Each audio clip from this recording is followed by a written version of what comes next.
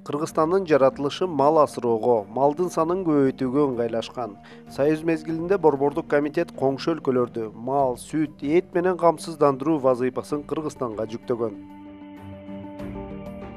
Ал эми азыркы учурда мамлекетти эт, сүт менен камсыздандыруу бирдиктүү жолго салынган эмес. Жеке чарбалар өз алдынча иш алып барып жатат. Натыйжада өлкөдө канча баш мал жандыктары бар экени белгисиз. Жеке фермерлер салыктан качып малынын бирин каттатса, экинчисин каттоодон өткөрбөйт. Бул өз кезегинде ылаң, шар, койлордо кара өпкө сыяктуу жугуштуу оорулардын көбөйүшүнө шарт түзөт.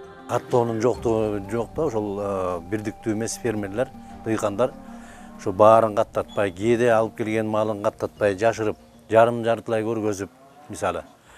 Мунун баары тең эле эмнеден, жанагы айыл өкмөттөрдө ушул салык дегенден качышып эле, же болбосо ушул малдын толук камдуу көргөзбөй, муну мен сатат элем, биягын тияка жөнөтөт элем деп ошону бөлүп жарып кылып каттоодон өтпөй калган үчүн. Кыргызстан бажы биримдигине кирүүгө даярдык көрүүдө. Ага ылайык ветеринардык системада жаңы реформалар жүргүзүлүп жатат.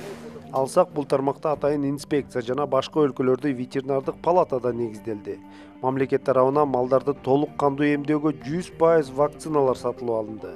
Бирок жеке фермерлер жогоруда айтылган ветеринардык инспекция палаталар менен тыгыз иш алып барбагандыктан жүргүзүлгөн эмдөөлөр жакшы натыйжа бере албай жатат. Баягы барган жерге барып бир сыйра каттап атып кетишти. Болду, анан экинчи жагы калып калат. Ошо бойдон баягы вакцина жетти, жетпей калат. Эмне десе вакцина жок, жетишсип болуп атат дейт. Же болбосо ошону туура колдоно албагандыгы. Мисалы алыс жайытка алып барып койгондор болсо ошол жака жеткире албайт. Аны артынан кубалап жүрүп, же бир жерге барса бир жетсе жетет вакцина эмеси, эмне вакцинасы жетпей калышы мүмкүн. Ошого эле шылтап баягы ветеринарлар көпчүлүк жерде ошо кой берип коюп атышат. Жалаң вет врачтар биз бириккенде эчтеке мындайча айтканда чыкпайт экен. Мен баары биригиз деп атат. Ну бириктик, эмне чыгат? Биз деген фермер менен фермер чечет азыр. Азыр вет врачтар да көп чечпейт. Ал кыйнайсыңарбы фермерди, кыйнабайсыңарбы, бул жеке менчик мал. Мен кааласам союп салам, кааласам саям, кааласам сайдырбайм дегендей болуп атат. Менчик, ошон үчүн бул жагын караштырыш керек. Фермер деген бул менен жакшы сүйлөшүп, муну менен эметип, айтып, мына мейли, давай, бүгүн быйылкы планыбыз кандай, эмнеден коргонобуз?